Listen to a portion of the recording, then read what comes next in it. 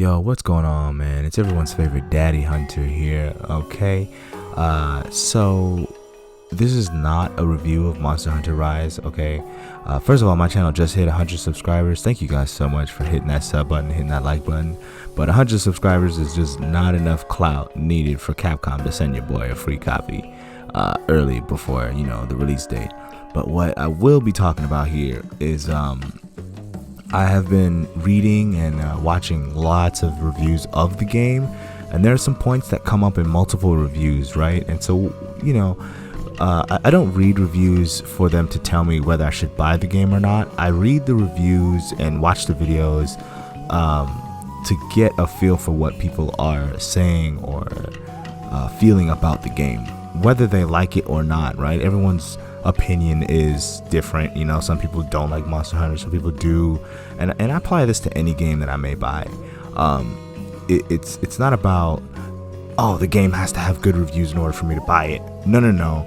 I just want to listen to as many opinions as possible and see what are some of the common things that people are saying that may change my mind about the game, or may be something that I should watch for, since so many different people who are not related to each other are saying the same thing about a same product.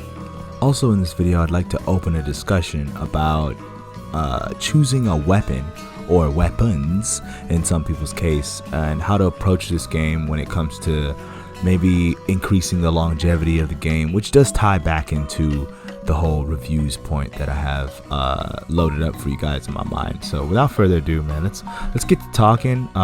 Really hoping that you guys will come through in the comments, and let's have a civil discussion, and let's just have fun with this unique period in time where we're 36-ish hours away from the game being out, depending on the time zone you live in. This is a magical time. Hype is at an all-time high.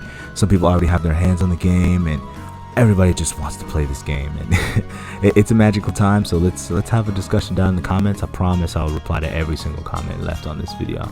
I just want to have civil discussion and talk with my fellow hunters.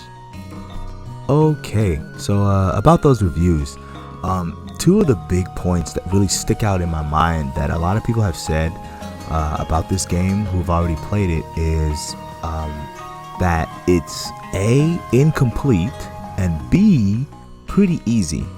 Alright, so about point A, we kind of know that these games were incomplete. At the digital event, they did tell us that there's a patch coming in April that will complete the game's main story and add a couple monsters and more content to do. However, these reviews have said to me, the reviews I've watched have said to me that yes, there is a grind that is available to you to do, if you're the grindy type, if that's something you like to do. And then also with the charms being RNG, charms are a huge part of your builds and what you can accomplish in your builds, as far as how many skills you can get loaded up in your builds. And because those are RNG, you are incentivized to do as many hunts as possible, to gather up as many charms as possible, so you can create as many loadouts as possible, with as many skills as possible, with as many different playstyles as possible, right? So there is a grind there in the game, but it's not as in-depth as something like, say, a Worldborn experience, right?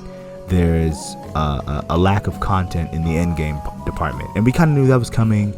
I mean, this game was made in the COVID era, and it's a miracle that we're even getting this in the form that it's in right now. So that second point, right? Many reviewers have said that this game is easy, and most of the reviewers that said that are people who have been playing this series for a while, right? So they kind of have some experience, under their belt. People like Rurikon or Arex Gaming, they're like, yo, this game is kind of easy. And these guys have been playing these games forever, myself included. So you've got like some hunter instinct baked into the way you play these games. So I kind of liken it to sort of like a Pokemon, right? As you grow up, people, one of the big complaints in the Pokemon community is, oh, these games are too easy now. I was like, are they really, or did we just grow up, right? Like, I know when I was 6, I was not making good Pokemon choices, but now as a grown man, I know type matchups, I know abilities, I know EVs, IVs, I know all this stuff that makes the game feel kind of easy. And Monster Hunter can kind of get that too, because, you know, we just have these instincts because we've been hunting so long. We know when to roll, we know what moves have iframes, we know how to use iframes, we know how to counter roars, we know what skills typically are the stronger skills, so we build towards those skills just instinctively because we've been playing these games so long, right? Monster Hunter is a series where you as a person also level up. The way you play the game gets better. It's very similar to a fighting game in that respect, right? Whereas, you know, in Smash Bros, you can say, oh man, my edge guards are getting better. The character itself didn't get that much better. It's you are getting better at inputting the inputs. You are getting better at reading the game and knowing what to do and when to do it. Monster Hunter is that way too. When you're out there in a hunt and, you know, you're reacting to what the monster is doing, you're moving around the monster. Some of these monsters have been in games for, you know, at this point, decades. You know, I mean, think about Rathian and Rathalos. You know, they've been in these games forever. Anytime I fight a Rathian, I know what I'm doing, and she's gonna get clapped up. Like, it's that simple, because I've been fighting her for so long. So that's partially where these games may be kind of easy. So what can we do about these problems? There isn't as much of an end game as we'd like, and the games are too easy. And this leads to another discussion I'd like to open with this video, is your weapon selection, right? So knowing that these games are maybe lacking in end game content and a bit on the easy side, how about we pick up a weapon that maybe we are not as familiar with, right? So if you've been playing Longsword for the better part of a decade, why would you run in this game with a longsword where you already know how to be super optimal and you're super comfortable and you're really familiar with the weapon?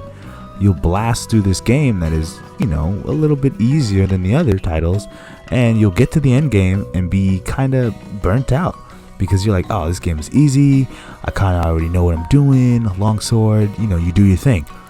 But, you know, hear me out. Pick up a weapon you're truly unfamiliar with. You know, if you've been paying attention to the actual gameplay in this vid, I've been playing with the hunting horn this entire time, and that's the weapon I'm going to kind of pick up with this game. And the hunting horn is not something I'm super familiar with. The demo really got me intrigued with the weapon, and I picked up Monster Hunter GU, and I've been playing with that to get a feel for how the weapon used to be, right? Because, I mean, this weapon has been, you know, really revamped, and it's the closest thing we have to a new weapon type. And if we had a new weapon type, that would be my main in this game. That's kind of my process in these Monster Hunter games, and that's why I can play them for so long, because, you know, with picking something new every time a new Monster Hunter game comes around, you A, become a better hunter, B, you get new experiences, right? So rather than, you know, stick with my baby, the hammer, and just crush through the game because I'm so familiar with the moveset and I'm so good at using hammer and really good at taking advantage of what the hammer is for, I try to pick up a new weapon and learn it. And, you know, because of that, the game might feel a little more difficult to me because the weapon I'm using is unfamiliar, yeah? So, yeah, so, you know, if you're a veteran and you've played a couple Monster Hunter games, I implore you, pick up a weapon that, you know, you've kind of written off. Also, with the hunting horn, I'm thinking about picking up some lance. I never really played much lance. This will be the game where I kind of get into some lancing because I never have before. And that's like one of my secrets as to, you know, how do I keep from burning out? Because I've been playing these games for 10 plus years and I still love it. Why? 14 weapon types. And you know, with the different weapon types, the game can feel completely new. We can turn it into a third-person shooter, turn those motion controls on. Now it's like I'm playing Splatoon, but Monster Hunter. Incredible, right?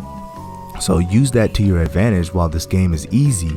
And then when the hard content drops, then maybe go back to, you know, your main or your staple or your bread and butter, because we know Capcom can do hard content, right? That demo Magnum Malo just dropped. You know, Fatalis exists, Worldborn Alatreon exists. We know Capcom knows how to do hard, and we know more monsters are coming. So keep playing this game, keep grinding it up. That way you have all the armor and charms, and everything you need. That way, when that content comes out, you have everything you need and you can grind it out and really enjoy the end game that's to come. And with that, man, that's the vid. Thank you guys for coming. Please do have a discussion with me in the comments. That's the whole reason why I made this video. And don't forget to subscribe and like on your way out. Happy hunting, and I'll see you out there in ride.